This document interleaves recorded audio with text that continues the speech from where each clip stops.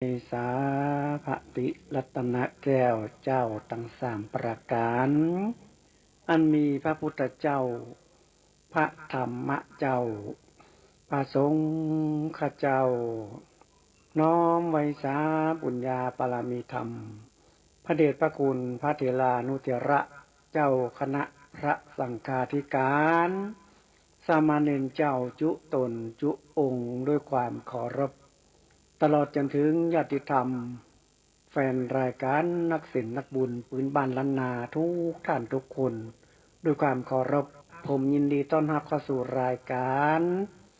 สัปเหร่องเมืองล้านนาวันนี้ก็มาฟังรายการสัปเหร่องเมืองล้านนาทุกวันอาทิตย์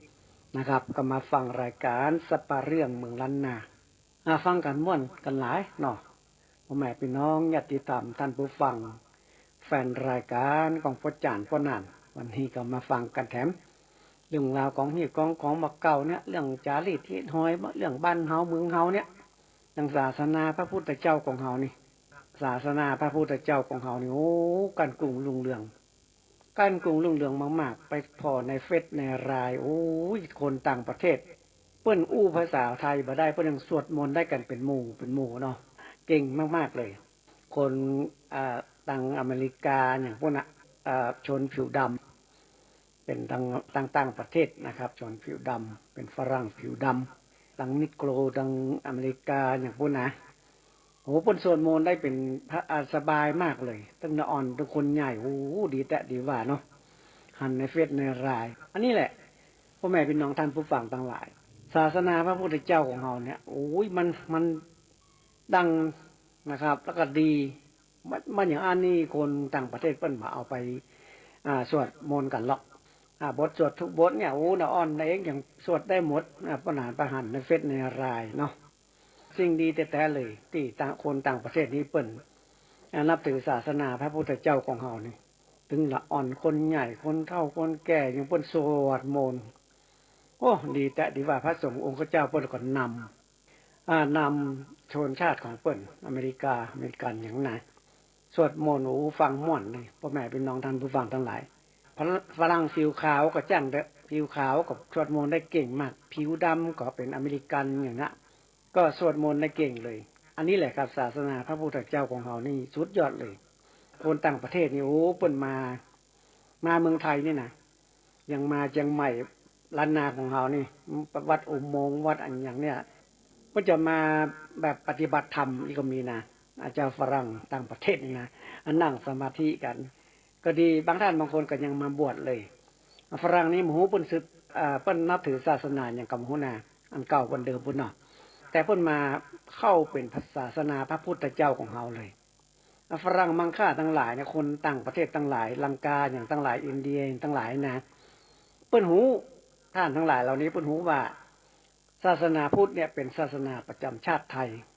ของเฮาอู้ได้เต็มปากเต็มคำเลยศาสนาประจำชาติของเฮาคือศาสนาพุทธ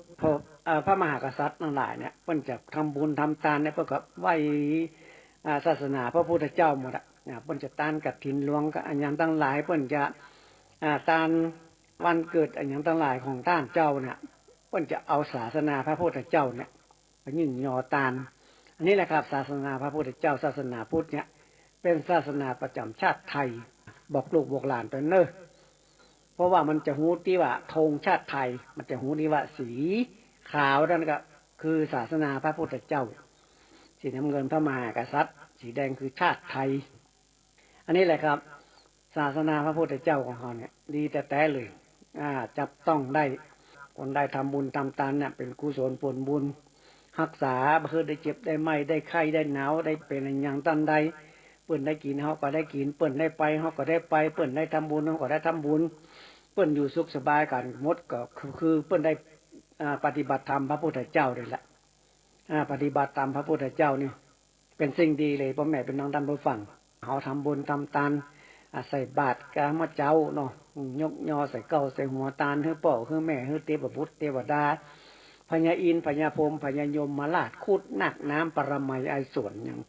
เจ้ากรรมนายเวรทั้งหลายนี่เปิ้นตานไปหาหล่อตานหาเทพบุตรเทวดาพ่องพ่อเกิดแม่เกิดพ่องตานหูตัวเก่าไว้ไปหน้าพ่องนี่นะ อันนี้แหละครับมันเป็นบุญเป็นกุศลที่เจ้าศาสนาพระพุทธเจ้าของเรานี้เปิ้นนับถือเปิ้นไหว้กันถึงวันนี้ก็เพื่อนี้แหละเพื่อว่ามันหันว่ามันเป็นสิ่งที่เปิ้นจับต้องได้มันตายไปเฮาก็ไปต้านขันเข้าต้านหยังฮือเปิ้นเนี่ยอย่างต่างประเทศมันมีศาสนาที่ยังมันมีต้านอย่างสักเจียงตายก็ไปแบกไปขว้างพวกน่ะอย่างทะ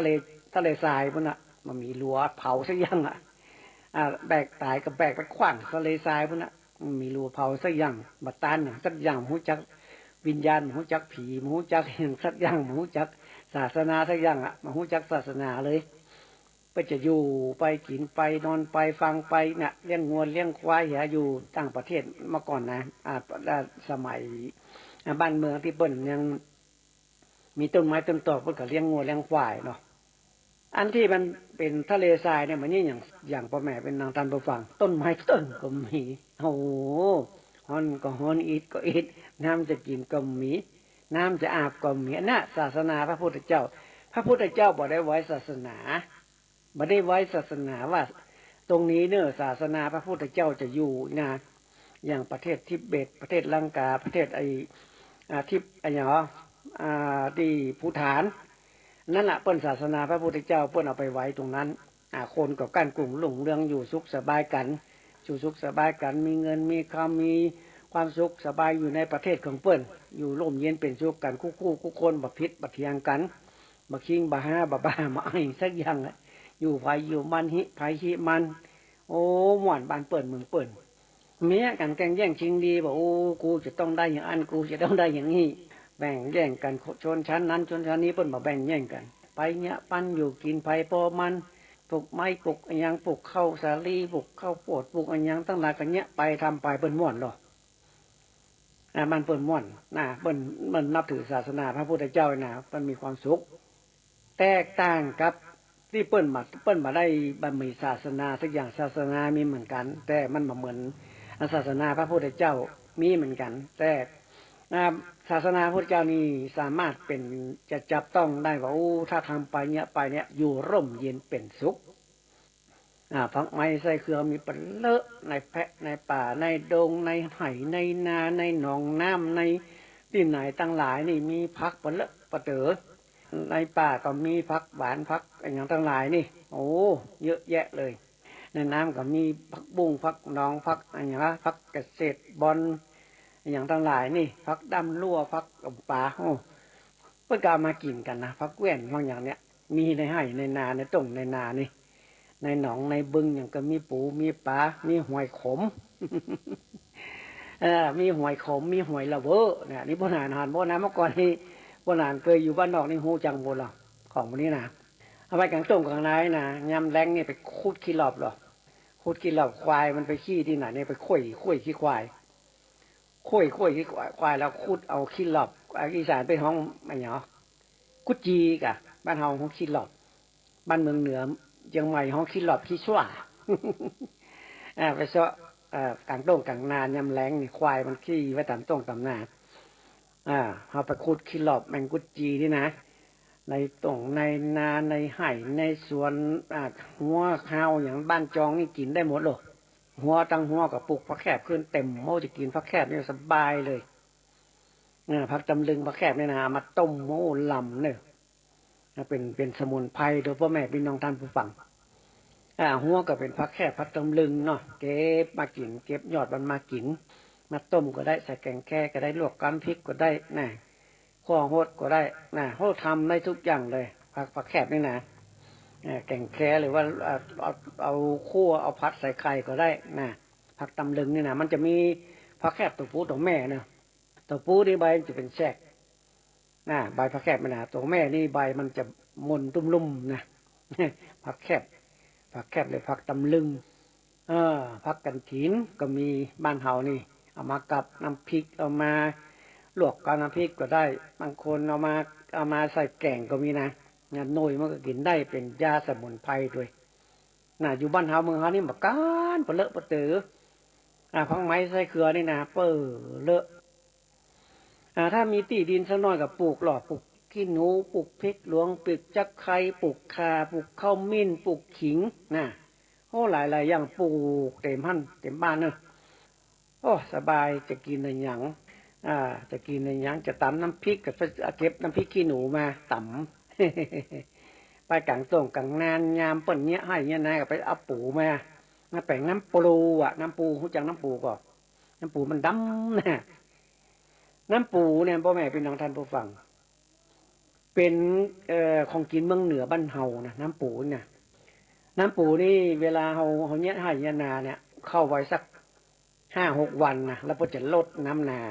5-6 วันแล้วพอจะลดน้ำนาแล้วปูนี่มันฮ้อนเนี่ยมันไต่ขึ้นขนาดพอจะลดน้ำนาน้ำในนามันบ่มีแล้วมันขึ้นขนาดเขาก็ไปไล่เก็บเอา เก็บปูนี่มันขึ้นขนาดมันฮ้อนน้ำมันฮ้อนหล่นน้ำในนาเนี่ยมันเหลือน้อยเดียวพอจะลดน้ำมือมันแห้งเนี่ยน้ำมือมันแห้งทีนี้ปูมันก็ฮ้อนมันก็ขึ้นขนาดกับเป็นหมู่เจ้าห้ายเจ้านาเจ้าบ้านเจ้าจองก็ไปเก็บปูมาได้เป็นน้ำคุลามันล้างแล้วมาแป่งน้ำปูเพื่อเอามาแป่งน้ำปูลำเนี่ยน้ำปูบ้านเฮานี่นะใส่หน่อไม้ก็ลำตำน้ำพริกน้ำปูก็ลำใส่ลู่บ่โจกก็ได้ หลายอย่างใช้ได้หลายอย่างนะครับการทำน้ำปูนี่มันจะยากป้อนอาหารหั่นแม่ป้อนอาหารเนี่ยละเปิ้นเอาปูเนี่ยมาต่ำโป๊ะถึงต่ำล้างสะอาดก่อนนะใส่บอกไม้ซางต่ำโป๊ะแล้วก็ทอกทำนักทอกตำปูเป็นตัวเนี่ยทอกแล้วเปิ้นถลองเอาน้ำที่ต่ำนะเอาน้ำไปถลองเอาใส่กระชอนใส่ตาหิงอย่างสอนถลองเอาน้ำมันแล้วทีนี้สมมติว่าเปิ้นเนี้ยแมลงนี่เนาะเปิ้นต่ำใส่แล้วเปิ้นจะเอาใส่ถ้วยกะละมังควบไว้คืนหนึ่งเอาไว้คืนหนึ่งน้ำปูที่เปิ้นต่ำไว้นะปูที่ต่ำยังมันได้ต้มเลยนะเอาไว้คืนหนึ่งตกวันพวกนี้มันจะเหม็นเหรอจะสาบเนี่ยน้ำปูที่เขาต่ำนะมันเหม็นปูเน่านะเพิ่นต่ำมันสาบปูเน่าที่เพิ่นเอาน้ำมันถลองไว้นะแล้วทีนี้เพิ่นก็เอาไปต้มเอาไปต้มเอาน้ำนั้นนะไปต้มไปเคี่ยวจนมันเหลือก้นน้อยเดียวจะกลายเป็นน้ำปูทันทีเลยของกินบ้านเฮาพื้นเมืองบ้านเฮาน้ำปูเนี่ยโอ้ล้ำแต่เลยฝรั่งมาบ้านเฮาจะมารู้จักนะน้ำปูคืออะไร น้ำปูนี่แหละของกินบ้านเฮานะครับก็เป็นสิ่งดีๆเลยที่เฮาได้มาปะมาปบเนาะนอกจากน้ำปูปะกังตงกังนาเอาปูมาทำแล้วเนี่ยของกินบ่เลอะนะตรงในนานี่ไปเซาะหอยขมก็ได้นะหอยขมนะหอยขมหอยจุบหอยขมไหมนะหอยขมหอยเกล็ดแดงนะหอยเหี้ยนี่มันจะกันใหญ่หนึ่งหอยขมหอยเกล็ดแดงนี่มันจะเป็นหอยธรรมดาหอยจุบเนี่ยเป็นหอยก้นเลี่ยมนะหอยเล็กจานนี่ก็มีเหมือนกันนะของกินบ้านเฮานะหอยเล็กจานนี่มันจะน้อยนะคนเฒ่าแก่ครับเพิ่นมากินได้หรอหอยละเวอเนี่ยมันจะใหญ่นะเวลาเอามาต้มนี่ต้องบีบน้ำส้มมะนาวใส่ตัวมันเมือกมันเยอะต้มแล้วมันจะโคกออกมาแล้วมาทอดกามาใส่แกงแค่อย่างไรเอามันยำพระมะนาวก็หอยละเวอนะหอยละเวอหอยเหี้ยหอยเชอรี่เนี่ยหอยเชอรี่ที่แบบคดีเนอะกันใหญ่มันจังครบต้นเข้าหอยเชอรี่นะเวลามีในตรงในนาเนี่ยเพิ่นเอายาเบื่อปูเบื่อหอยไปใส่ในนาเนี่ยหอยตายหมดหอยเชอรี่นี่มันกัดต้นเข้าตัวใหญ่ขนาดเลยหอยตัวนี้นะก็เอามาเขาก็มากินอยู่หอยเชอรี่ปูก็เหมือนกันปูพระราชทานเนี่ยเปิ้นมันจะแข็งเนอะกระลงกระไอตัวมันจะแข็งมากเลยเอามาทำน้ำปูนี่บดีเท่าไหร่เหมือนปูเมืองบ้านเฮานี่ปูเมืองบ้านเฮาเนี่ยคูดมาแก่งข้าวคั่วอะไรหรอล้ำเอามาตำน้ำพริกแดะดำก็ได้มาจิ้มน้ำพริกดำก็ได้ปูเมืองนี่ลำเอามาแก่งแค่ก็ได้บางเมื่อก่อนนี่คนสมัยก่อนนี่พ่อแม่เฮานี่เปิ้นเวลาเปิ้นมาขายขนมเส้นเนี่ยพ่อแม่เฮานี่ใจเฮาไปคูดปูหรอคูดปูมาแป่งน้ำขนมเส้นโอ้ลำไม่มีน้องด้านผู้ฟังคูดปูได้มาสักเด็กจังน้อยเนาะมาแป่งทำเป็นน้ำขนมเส้นขนมจีนนี่นะโอ้ลำเป็นลำอันดีกินปูเมืองนะปูโค้งปูเมืองนะ หอยเชอรี่นะอันนี้ของกินบ้านเฮานะครับของกินบ้านเฮาต้องรู้จักกันเหมือนกับคนกรุงเทพเป็นรู้จักหอยทะเลนั่นน่ะ หอยทะเลหอยเป๋าฮื้อว่ะหอยนางรมว่ะหอยแข็งว่ะ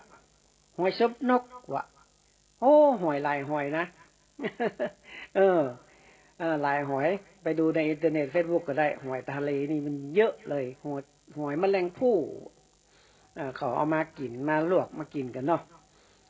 นี่นะครับของกินบ้านเฮานี่บ่เลอะบ่เต๋อในน้ำมีปลาในนามีข้าวนามีข้าวเวลาเขาปลูกข้าววงยางเนี่ยปัญหานี้มีนา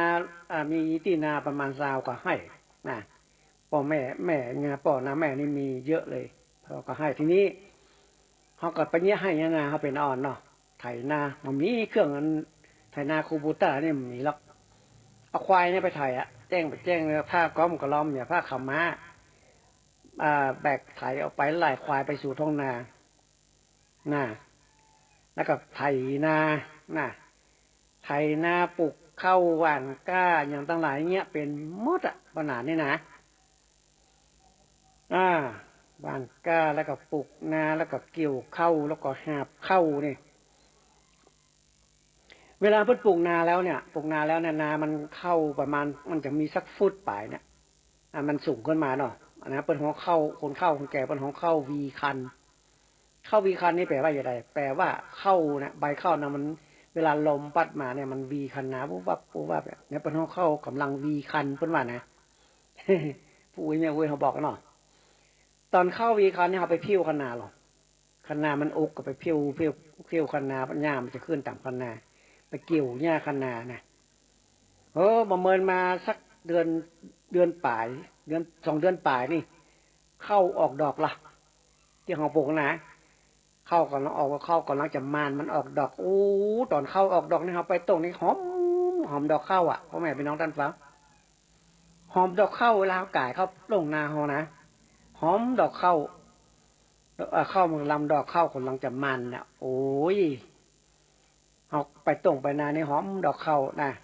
ถ้ามาเมินเข้าเป็นพดมาละโอ้เป็นงวงงมกุกงะมาเมินมาก็ได้เกี่ยวเลยอะ เกี่ยวเข้านะครับเพิ่นจะปลูกข้าวหลายอย่างข้าวพันธุ์พื้นเมืองนี่นะข้าวเหมยน้องข้าวแก้วขาวข้าวลายหลวงข้าวพักกะ ข้าวอย่างก็ข้าวดอหมาตื่นข้าวดอหมาตื่นนี่มันจะเหมือนข้าวซิวให้นั่นแหละข้าวดอหมาตื่นนี่แปลว่าอะไรเปิ้นชื่ออย่างอันข้าวดอหมาตื่นนี่หมายความว่าข้าวดอนี่หมายความว่ามันจะกินก้อนเปิ้นข้าวปีนี่มันจะเป็นอายุมันจะเมินอยู่3 เดือนปลายอย่างพวกนั้นมันจะได้เกี่ยวแต่ข้าวดอหมาตื่นนี่2 เดือนปลายสักน้อยเกือบ3 เดือนนี่มันจะได้เกี่ยวละมันหอมมากๆเลยเวลามันเกี่ยวแล้วมันตีเข้าเป็นเม็ดเข้าเปลือกแล้วเอามาสีมาสีหุ้งสีเรียบร้อยแล้วเพิ่นก็เอามานึ่งนึ่งถ้าเพิ่นนุ่งเข้าดอหมาตื่นนี่นะอยู่บ้านแหม3 หลังเอาไปอยู่บ้านทางพุ้นหอมไปถึงบ้านทางพุ้นหอมตึ้งเนี่ยหมามันสาบเข้ามันหอมมันหมามันตื่นหอมเข้าได้ไหนวะเนี่ยเพิ่นว่าเข้าดอหมาตื่นหอมแท้น่ะเขาซิวให้นี่นะเม็ดมันแดงน้อยๆหรอหายากเนอะหอมมากเลยเข้าดอหมาตื่นนี่นะเขาซิวให้เนี่ยเขากินมาได้ที่เชียงเป็นลิตรนะถ้ามันนึ่งมาเนี่ยมันล้ำต้องมากลับไปซี่ยังถ้าแม่เขานึ่งไว้เนี่ยกินข้าวลำเนี่ยถ้าข้าวมันหอมเนี่ย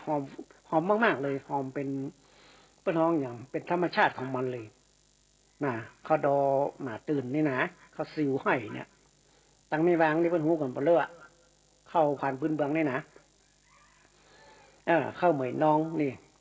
ข้าวปีข้าวแก้วขาวข้าวลายหลวง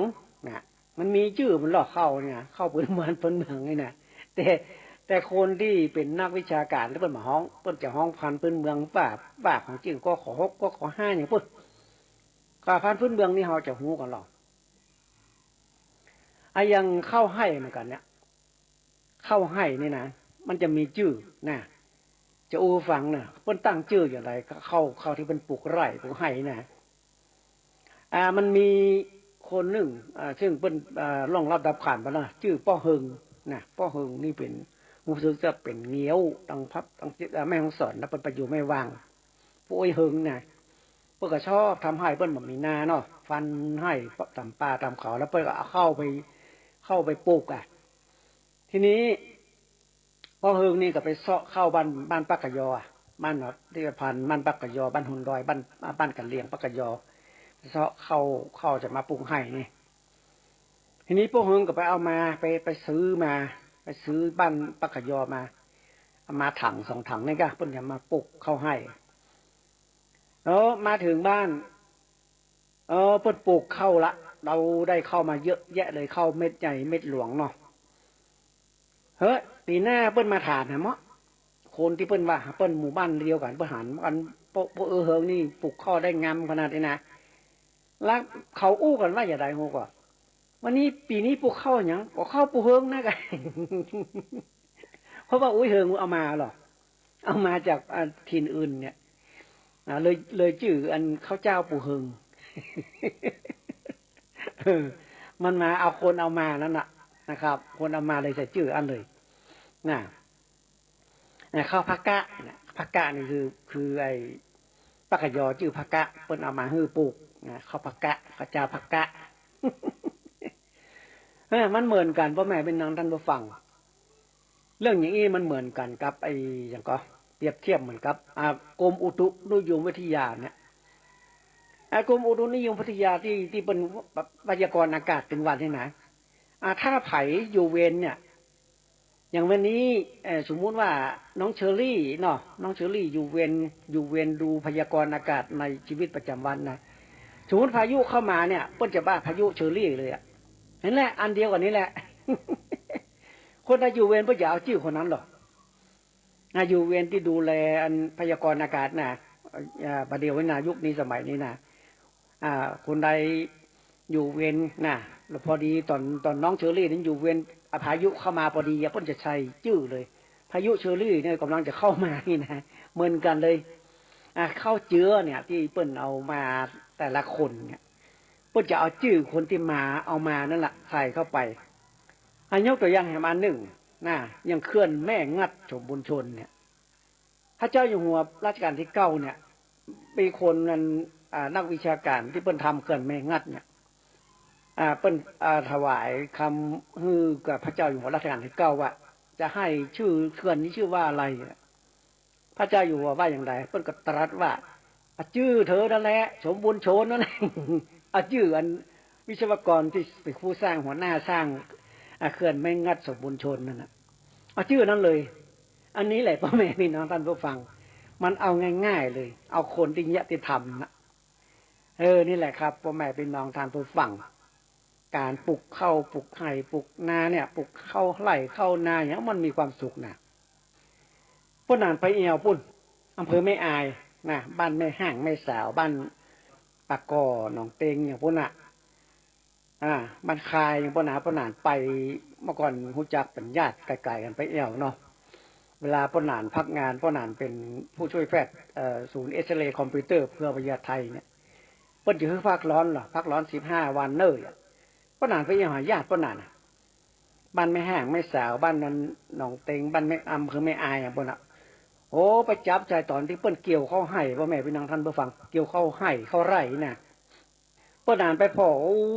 ยเป็นนิมนต์ในงานพ่อแม่พี่น้องท่านผู้ฟังเข้าให้ไปในงามขนาดต้นใหญ่ต้นสูงลวงมันโอ้ลวงเข้างามขนาดแต่งามขนาดเลยอำเภอแม่อายน่ะปลูกเข้าไร่งามมากๆเลยงามกว่าเข้านาในตรงนาเอาไปหาเราเป็นดีม่วนอกม่วนใจเนาะเปิ้นปลูกข้าวได้งามมากๆเลยที่ดินเปิ้นงามเลยเปิ้นปลูกข้าวมาพืชพันธุ์ที่เปิ้นปลูกออกมาเลยต้นสมบูรณ์โอ้ได้เม็ดได้หน่วยอันนี้แหละครับพ่อแม่พี่น้องท่านผู้ฟังทั้งหลายชีวิตของคนพื้นบ้านล้านนาสมัยบักเก่าโบราณเนี่ยเฮาได้สัมผัสมาเพราะเฮาเป็นละอ่อนเนี่ยมันมีความสุขพ่อแม่พี่น้องท่านผู้ฟังมีความสุข เฮาหาอันยังหลายๆอย่างนะที่เปิ้นเนี่ยเปิ้นถามกันน่ะเปิ้นตามเข้าไว้อะตามเข้าเขามองแอดคะลึงเบิงแอดคะลึงเบิงเปิ้นตามเข้าพ่อแม่พี่น้องท่านผู้ว่ามันมีองค์สีเหรอตามเข้าตามเรียบร้อยก็เอามาพัดแถมโอ้กว่าจะได้ไม่เข้ามาแต่ละลิตรนี่นะขนาดเนอะตามเข้านี่บัดเดียวยังมีอยู่นะจาวปักกะยอตังบนดอยนี่เปิ้นยังตามกันพ้องอยู่นะตามเข้าแต่มันมีโดยมากจะเป็นห้องสีหมดละบัดเดียวนะ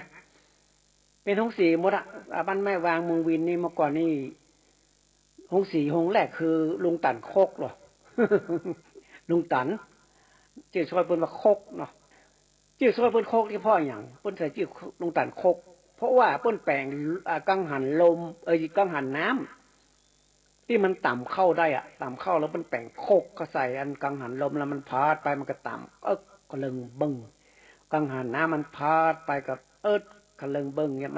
มันจะอาศัยพลังงานกังหันน้ำอ่ะเป็นห้องว่าลุกนะลุกต่ำเข้า ลุกต่ำเข้าลุกต่ำเข้านี่สมัยก่อนนี่มันมีไอ้ยังก็เป็นห้องอย่างมันมีเครื่องสูบน้ำนะเปิ้นใจพญาภูมิปัญญาโลสมัยก่อนนะใจพญาภูมิปัญญาทำเป็นลุกอ่ะลุกนี่หมายความว่ากังหันน้ำนั่นนะมันเป็นย้ายวงใหญ่กว้างขนาดหมอกชิงช้าสวรรค์นี่เพิ่นแปลงใหญ่นะเพิ่นเอาไม้สร้างไปแล้วแปลงเรียบร้อยเพิ่นก็เอาอย่างก็เอาบอกไม้เนี่ยมัดติดเต็มมันแล้วมันพัดมันกังหันน้ำเนี่ยพัดไปมันก็ตักน้ำขึ้นมาถอกทางบนตักน้ำขึ้นมาถอกทางบนแล้วน้ำก็ไหลเข้าต้งเข้านาไหลมาที่ให้ที่สวนอ่ะวันค่ำคืนหุ่งอ่ะมันมีการยุดเลยน้ำจะเข้ามาตลอดเลยอันนี้เป็นภูมิปัญญาของคนสมัยเมื่อก่อนนี่ปู่อุ้ยขมูลหรอกทำตีบ้านแม่วางมงวินบ้านห้วยโป่งนี่นะปู่อุ้ยขมูลแม่อุ้ยคำป้อเนี่ยปู่อุ้ยของป้อหนานไกรสอนเนี่ยเปิ้นแปลงลุกอ่ะแปลงกังหันน้ำแปลงลุกแปลงลุกเปิ้นเอาเปิ้นแปลงสวนอ้อยตัวหรอปู่อุ้ยขมูลนี่มันห้วยบ้านเด่นห้วยโป่งนะแปลงลุกนะป้าน้อยสมมาผิดตายป้าน้อยสมนี่ก็ไปเนี้ยไปทำไปเฝ้าด้วยกันเปิ้นแปลงสวนอ้อยหรอแปลงสวนอ้อยโอ้เปิ้นปลูกอ้อยหลายอย่างอ้อยแดงอ้อยหกอ้อยอย่างทั้งหลายอ้อยแขมทั้งหลายนี่เปิ้นปลูกอ้อยแล้วเปิ้นเอามาอีดอ้อยเปิ้นใจควายอีดปุ๋ยของเปิ้นน่ะนะโอ้ปลูกเปิ้นอีดอ้อยอะไรน้ำอ้อยมานี่นะโอ้ขายเท่าไหร่กิโลบาททำโมสั่งโคยเตอะ กิโลบาทว่าเดียวกิโลตันใดโอ้เปิ้นอีดอ้อยเนาะเอาน้ำอ้อยมาอีดแล้วมาทำเป็นน้ำอ้อยเป็นก้อนนะพวกอุ้ยคำมลนี่เปิ้นแป่งลุกแป่งกันหันน้ำที่บ้านเด่นบ้านแม่อุ้ยนวลเปิ้นหันใจแท้ฮะหลังบ้านแม่อุ้ยนวลนั่นนะเปิ้นแป่งกันโอ้คนใดกลับมาพ่อนะมีพระกะยอคนหนึ่งมานั่งพ่อเนาะว่าโอ้อันนี้ดีแต่รู้หรอบ่เนื้อตะบ่เนื้อเถาะบ่เนื้อตะบ่เนื้อเถาะหรอ มันประชัดเนาะมันว่าบอกหนึ่งตักบอกหนึ่งถอกน้ำออกบอกหนึ่งตักบอกหนึ่งถอกน้ำออกนะมันก็ดีเนาะ วันนี้มันมีหลายอย่างมันเป็นจี้คนสมัยก่อนนี่นะคนสมัยก่อนมันเปิ้นบหันบ่เคยหันเทคโนโลยีบหันเคยหันรถยกรถแมคโครสักเตื้อรถแมคโครมาตักขี้ดินมาตักขี้ดินเอาเปิ้นมาตักขี้ดินถนนหนทางเนาะคนเฒ่าก็ไปนั่งพอว่าโอ้อันนี้ดีแต่ดีว่าฮู้กรรมล่ะไอ้คำลูกเฮาก็โลล่ะเฮาเปิ้นใจตักก็ได้เปิ้นใจอย่างใดก็ใจมันกกขี้เหงื่อขี้ดินออกก็ได้โอ้ฮู้กรรมแต่ฮู้กรรมใหม่เนาะไอ้คำลูกเฮาลึงนะเนาะรถแมคโครนี่หยังมาฮู้กรรมแต่ฮู้กรรมใหม่เนาะคนเฒ่าแก่สมัยก่อนเนาะมันจังว่าจังอู้ตลกนะครับ เทคโนโลยีอย่างที่เฮามาหันเนี่ยนะมัน สมัยก่อนคนเฒ่าเพิ่นมาหันเนาะมาหันของเรานี้นะยุคนี้สมัยนี้เป็นสุดยอดเลยสุดยอดของเทคโนโลยีเลยการการจ่ายการโทรศัพท์การเหยามันเทคโนโลยีเต็ม 100% เลยมีเพจ 10G บ่มเดียวเมื่อก่อนมี 2G เนาะ 3G 4G 5G บ่ได้เขาว่ามีเป็น 10G แล้วนะ ความแรงของเน็ตนี่นะมี10G นี่ไปจะได้ล่ำเหลือเนาะ พวกนั้นนี่ก็นิดเดียวบ่ได้นะติด Wi-Fi นี่ประมาณ 5G บ่ได้อันนี้เป็นเทคโนโลยีบ้านเฮาเมืองเฮาเนอะ เฮามาเปรียบเทียบกับว่าเมื่อก่อนปู่อุ้ยแม่ป้าป้าลุงมันอย่างตั้งหลายเขาเนี่ยเปิ้นอยู่ตามไร่ตามดอยตามป่าตามเขาตามอย่างตั้งหลายเปิ้นอยู่กันม่วนกินกันลำเลยมีบ่มีนี่มีศีลอย่างสบายขนาดนั้นเมื่อก่อนนะโอ้จะว่าการไฟฟ้าก็มีก็ตามกรมน้ำมันเนาะว่ากันน้ำประปาก็มีล้นไปอาบน้ำวางน้ำอะไรยังไม่วางกันพุ่นไปอาบน้ำกันเป็นหมู่คนเฒ่าคนแก่นี่อาบน้ำบลุมปั๊มบลุมปั๊มมาถูสบู่ไปละลุกละคนเฒ่าอาบน้ำเมื่อก่อนนะปนานไปนั่งไปอาบน้ำเขาก็เป็นน้าอ่อนเขาไปอาบน้ำเนาะอาบน้ำแม่ปัดป้าใกล้เป็นหมู่นะคนเฒ่าปุ้ยนี่มันจะมาเผียวมันจะลุ่มตุ้มตั้มอาบปุ่มปั๊มละถูตาลุกไปละเมียสบู่สเบอร์นี่เมียคนสมัยก่อนนี่อาบน้ำนี่เวยขนาดไหนว่าไม่ยิงว่าพอใจเวลาพ่นสระหัวนี่พ่นจะ7 วันนะไปสระเตื้องนะพ่นจะต้มส้มปล่อยต้มหม่าเมานี่ต้มใบหม่าเมาใบส้มปล่อยนี่ไม่ต้มนะต้มบักขูดอะไรอย่างต้มแล้วก็พ่นจะเอามาสระหัว7 วันพ่นจะต้มเตื้องแล้วมาสระหัวสระเก้านะคนเท่าบักเก้านะต้มเมา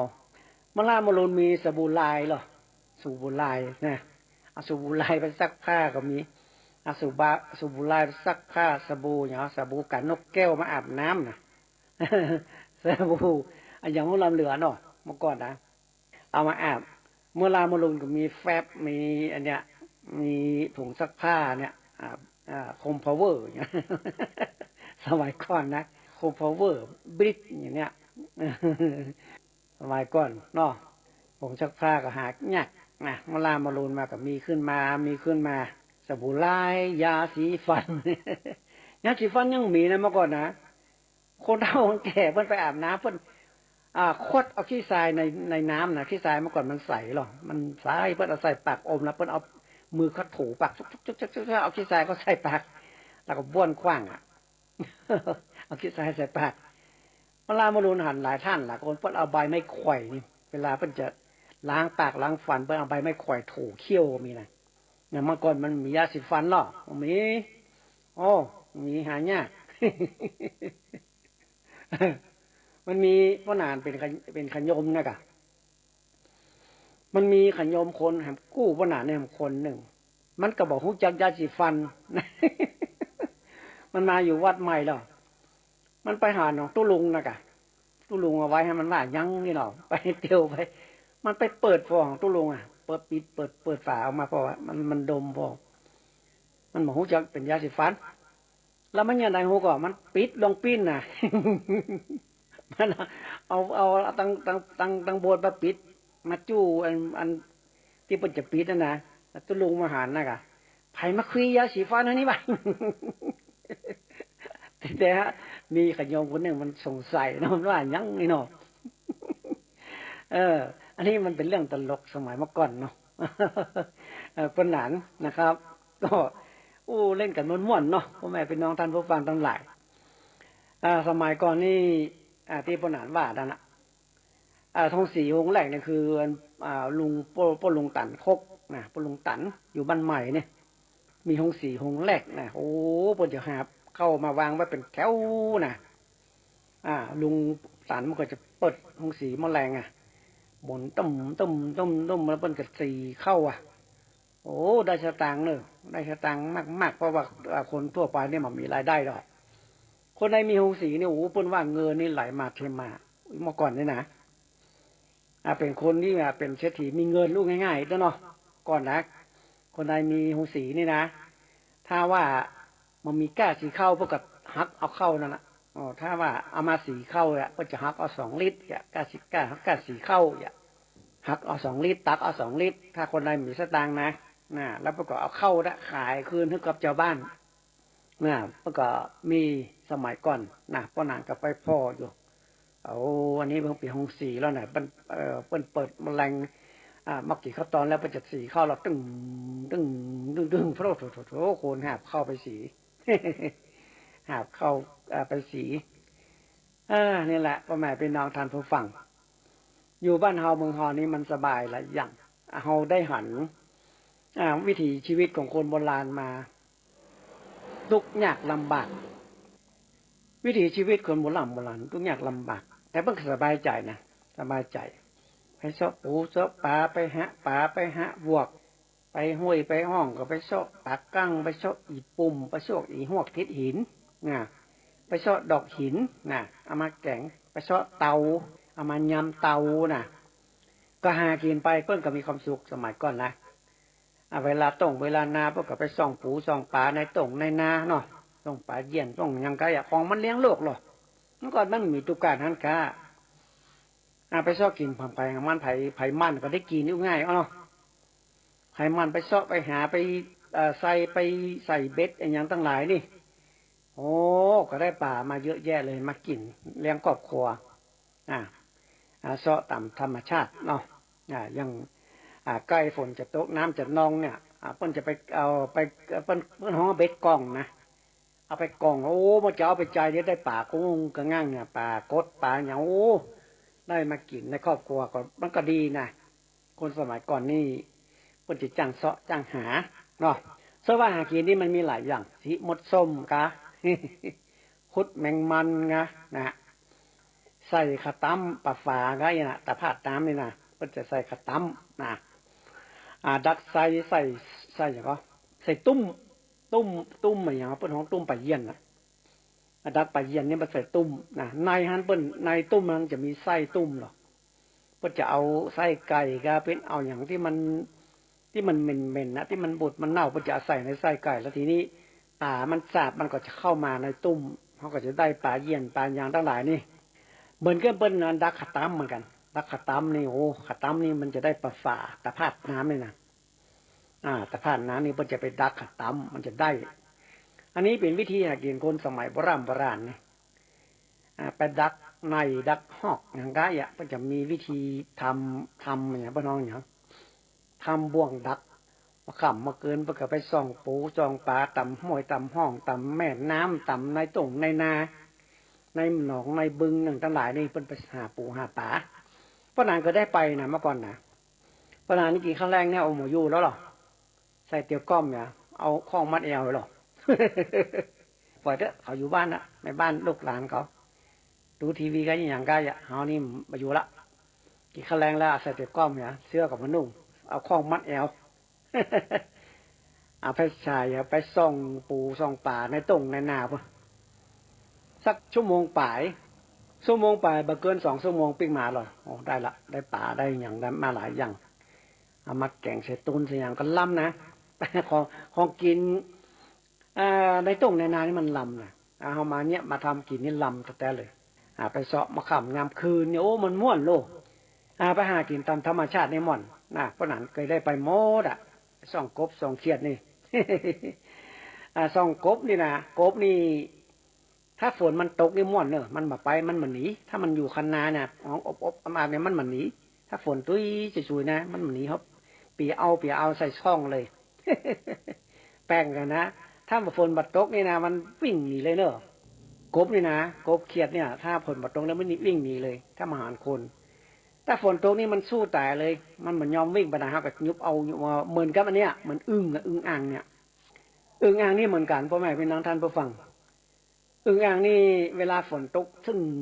งแล้วมันหองงางเนี่ยเขาไปแล้วไปยุบเอาใส่กระสอบโหได้เยอะมากๆเลยหาแต่ว่าทำบาปว่าใจนะเพราะมันของมันมีอย่างกินเนาะตุกการทางแกกับเหม็นเป็นของเลี้ยงโลกง่ายๆเนาะมาคนสมัยก่อนนี่เป็นบ่านึกถึงส่วนนั้นละส่วนบุญส่วนบาปเจ้าของมันได้กินมาก่อนเตอะอย่าเพิ่นไปเอาอึ่งเนี่ยกบเอาเขียดอย่างต่างหลายนี่เวลาฝนตกถึงนี่ชุดยอดเลยไปเอาได้สบายเลยแต่เรียกปิ้งมาบ้านโอ้ได้เต็มคล้องเลยมาบ้านยังห้องอยู่นะมาห้องในคล้องอะไรเขียดกับห้องเอาไปห้องในคล้องนี่ก็เอามาแกงแค่อึ่งเนาะลาบพั่วอึ่งเนาะกบเขียดอย่างต่างหลายนี่เป็นของธรรมชาติพ่อแม่เป็นน้องท่านผู้ฟังหากินคนสมัยบักก่อนนี่คนใดจ้างฮิจ้างเสาะจ้างหาก็ได้กินนะได้กินเสาะจ้างฮิจ้างหาได้กินปลากินเจี๊ยนอยู่น่ะไปตอดแหมาขำมาคืนกันอ่ะแมลงเนี่ยไปตอดแหไปทอดแหในแม่น้ำต่างๆเนี่ยไปทอดแหได้ป่ามาโลป่าตามธรรมชาติมันล้ำนะป่าธรรมชาตินี่นะไม่ใช่เหมือนป่าเลี้ยงล้ำดี กบเขียดก็เหมือนกันมันจะเหมือนกบเขียดที่เป็นเลี้ยงกบเขียดธรรมชาติเนี่ยมันลำบ่แม่เป็นนั้นท่านผู้ฟังมันจะลำมันจะหอมนางเปิ้นเลี้ยงเป็นเปิ้นเลี้ยงอย่างกบเปิ้นเลี้ยงมันลำนะเรามาเปรียบเทียบกันเด้ออันนี้หากินตามธรรมชาติเมื่อก่อนพวกนั้นได้ไปเสาะไปทำเนี่ยเป็นอ่อนนี่ไงโอ้ไปเสาะเวลาเดือน4เดือน3เนี่ยเหมยมันจะตกเราไปเสาะให้ลมเสาะให้ลมนะเขาจะหูคนอยู่ในท้องถิ่นนี่จะหูว่าคอนเฮ็ดลมมีไหนพ่องนี่นะเพราะว่าเขาเคยไปหลายเตื้อแล้วหรอคอนเฮ็ดลมมันมีไหนพ่องเขาจะจำหรอเขาจะไปใจพอละนะถ้าเดือน3เดือน4นะเหมยมันตกหรอมันเย็นน่ะเฮ็ดลมมันออกอ่ะเฮ็ดลมนี่มันจะออกไม่ขันยอมเนี่ยพ่อแม่พี่น้องนั่นฟังบางท่านบางคนหัวหมอไปซ่อตัดไม้ขันยอมมาไว้บ้านน่ะโอ้ปรากฏว่าเห็นลมออกที่บ้านเลยมันต้องไปซ่อนในป่าเลยไปตัดไม้ขันยอมมาไว้บ้านเอามาบุ่มโคไว้ในบ้านน่ะหลังบ้านถึงงามให้ลมมานี่ไปเก็บให้ลมหลังบ้านง่ายเลยเห็ดลมนี่มันเป็นเห็ดเหมยเห็ดออกเดือน4เดือน4เดือน3เดือน4นะเหมยตกมันจะออกเห็ดลมนะเห็ดลมธรรมชาติกับเห็ดลมที่เป็นเพาะนี่มันเหมือนกันเนี่ยลำมันเหมือนกันเห็ดลมธรรมชาตินี่มันจะลำมันจะหวานมันจะหอมถ้าเห็ดลมเปิ้นเพาะนี่มันมาลำตะไดนะมันมาลำมันมาลำนี่แหละหาไปหากินตามธรรมชาติมันม่วนนะเวลาอันนี้ให้ยานาเนี่ยเวลาฝนตกฝนซึงเนี่ยเห็ดมันออกเยอะแยะเราก็ไปซ่อเห็ดหมดยามได้ก็ไปซ่อนั้นนะเต้าขนาดป่าเตื้อพ่อหนานไปคนเดียวหรอพ่อหนานกระสอนนะไปคนเดียวเต้าไปไม่ดีเทียนเนาะเอาน้ำใส่กะติกหน่อยเต้าเตื้อยังเหมาน้ำนะเต้าไปนะมีดเดียทงอย่าไปซ่อเห็ดโอ้ปรากฏว่าปิกมาแบบเต้าได้เห็ดเต็มซาเต็มกุยอะเห็ดแดงเห็ดขาวเห็ดไข่เหลืองเห็ดทอบเห็ดไม่ใช่เห็ดทอบเห็ดลายใหญ่ระยั่งเห็ดทอบนี่จะออกหันได้รูหนึ่งเห็ดใบเนี่ยเห็ดใบทั้งหลายนี่ได้มาเยอะเลยเอามาล้างเห็ดไข่ห่านไข่เหลืองล้างเอามานึ่งนึ่งเรียบร้อยเอาทำแต่งส้มเห็ดส้มเห็ดส้มนี้เป็นอย่างไรนึ่งเรียบร้อยเอาล้างสะอาดนึ่งเรียบร้อยนะคือมันเย็นเดี๋ยวก่อนแล้วไปต่ำหอมเตรียมกับต่ำอะไรอย่างเกลือหอมเตรียมแล้วก็เอาเข้านึ่งเนี่ยเอามาแช่น้ำให้สักปั้นสักกำมือหนึ่งเข้านึ่งที่สุกแล้วนะเอามาสูนเฮ็ดนั่นน่ะสูนไปสูนมาถึงหอมเตรียมถึงเกลือถึงเข้านึ่งนะสูนไปสูนมาแล้วก็ทีนี้เอาไว้อย่างว่าเนี่ยแมลงเนี่ยมันพวกมันเจ้านี่ส้มจำหลับเลยพวกมันเจ้านี่คั่วเห็ดส้มเหรอเห็ดส้มคั่วซ่าน้ำมันซ่ากินกับข้าวอุ่นลำแต่อะไรเห็ดส้มนี่เห็ดแดงเห็ดขาวเห็ดเหลืองเห็ดไข่เหลืองเห็ดไข่ห่านเหนียวรวมกันหมดเห็ดรวมเป็นเห็ดส้มพ่อแม่เป็นน้องท่านฟังลำของกินธรรมชาตินี่นะเห็ดซางแถมเห็ดซางมันมันจะเหมือนคล้ายๆเห็ดนางฟ้านะมันจะออกเขาไม่ซางเขาไม่บงที่อันมันหากมันผุนี่มันจะเหมือนคล้ายๆเห็ดนางฟ้าเนี่ยแต่มันจะลำกว่านั้นเยอะเลยเห็ดซางนี่นะโอ้ถ้าเราได้มานี่เอาแกงก่อนลำเอาไปทำเป็นส้มก่อนลำสั่งเห็ดขอนเห็ดหูละเห็ดหูหนูนี่นะปนเลอะในแพะในป่าไม้ดงหนาปลาคาดงที่บ้านแม่วางมงวีนี่เปลอะปะเต๋อไปทั้งแพะเขากำริมบปินดอยเงาไปตั้งเขื่อนแม่เตียนพุ่นโอ้เขาไปซ่อเห็ดกันมากมายเลย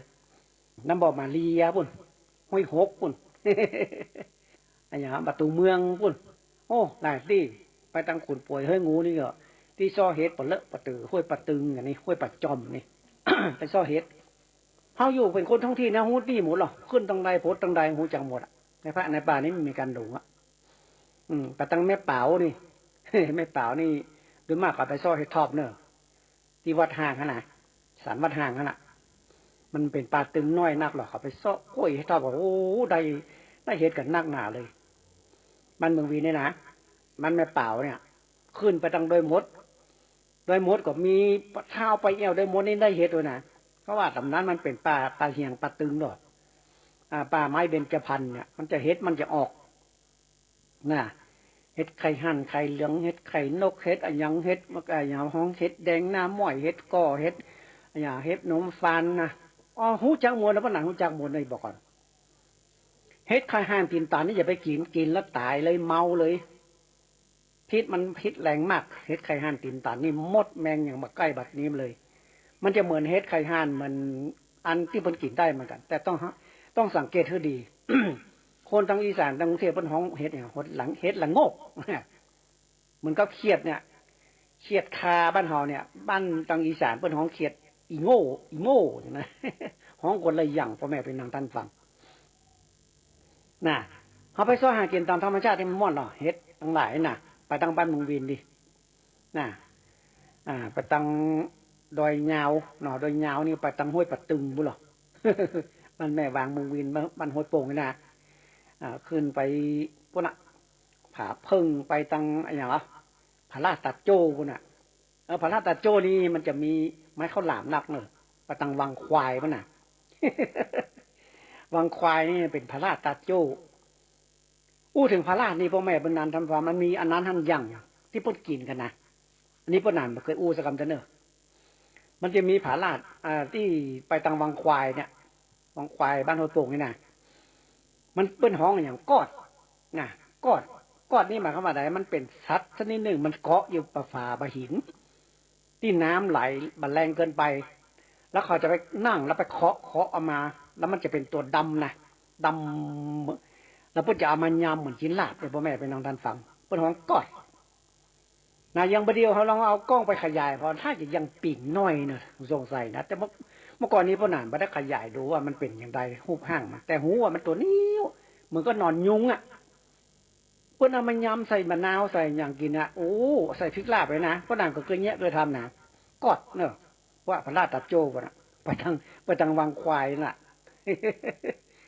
คนบ้านห้วยโป่งรู้จักดีล่ะไปซ้อเฮ็ดกับปุ่นอ่ะดอยยาวปุ่นดอยยาวอ่ะดอยห้วยกิ่วแก้ววะพดไปน้ำบ่อมาเลียพดไปทางปุ่นอ่ะพื้นไปทางห้วยเจ้าไข่ปุ่นนะเลอะเฮ็ดนี่นะ ไปทางห้วยหกห้วยงูอย่างปุ่นทั้งหลายปุ่นห้วยหยวกอย่างก็มีเฮ็ดนะห้วยแห้งห้วยอย่างก็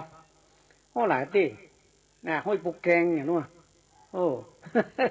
หูตี้หมดอ่ะในแม่แพะในป่าในดอยน่ะ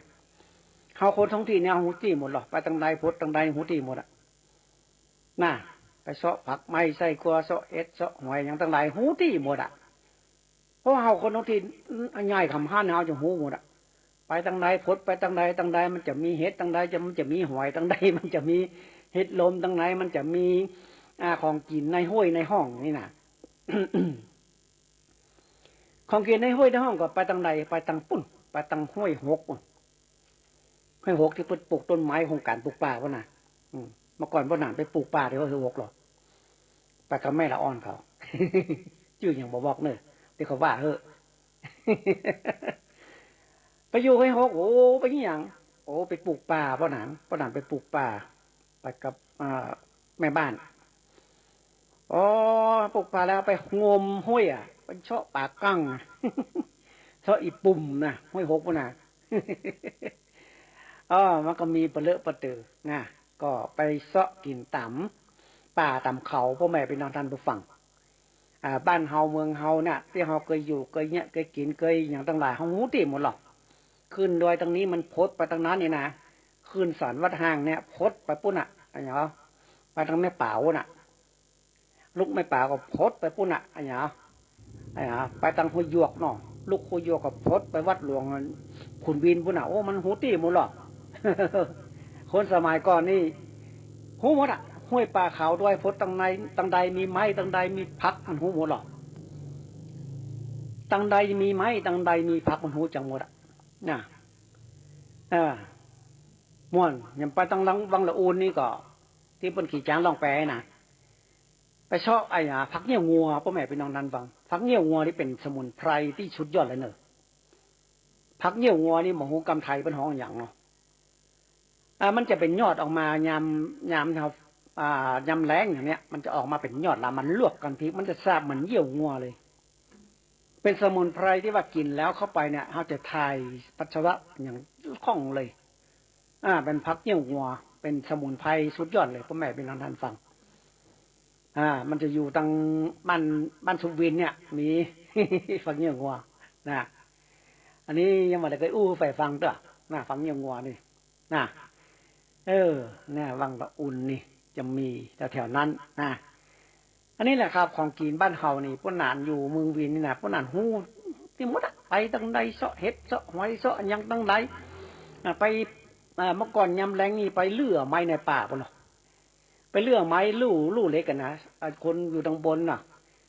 คนทั้งโลกมีคนเลื่อชัด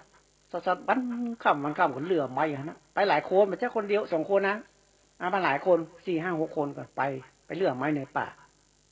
ไปเลื่อนะไม้ในป่าไปอย่างมาแปลงห่อย่อเฮือนน่ะเลื่อรับจ้างฟ้องเนี่ย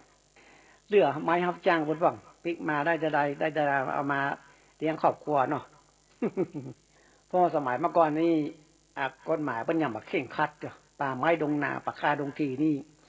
ไม้มันยังเยอะอยู่สามารถที่จะเลื่อยไปขายได้แต่บัดเดียวลองกะเปิ้นห้ามบ่คือตัดไม้ทำลายป่าเมื่อก่อนนี้ปัญหานี่เป็นนอนดอยนี่โอ้โหเป็นหลายสัปดาห์นะเป็นนอนเป็นลนเรื่องไม้ไปจับจมูกจะผุงนี่นะเอาข้าวสุกข้าวสารเอาหม้อข้าวหม้อแกงมื้อนึงให้เข้าไปเลยหมดหรอพอตบพอหอมไปหมดไปแต่งตุบแต่งปางไปเลื่อยไม้ในป่าพุ่น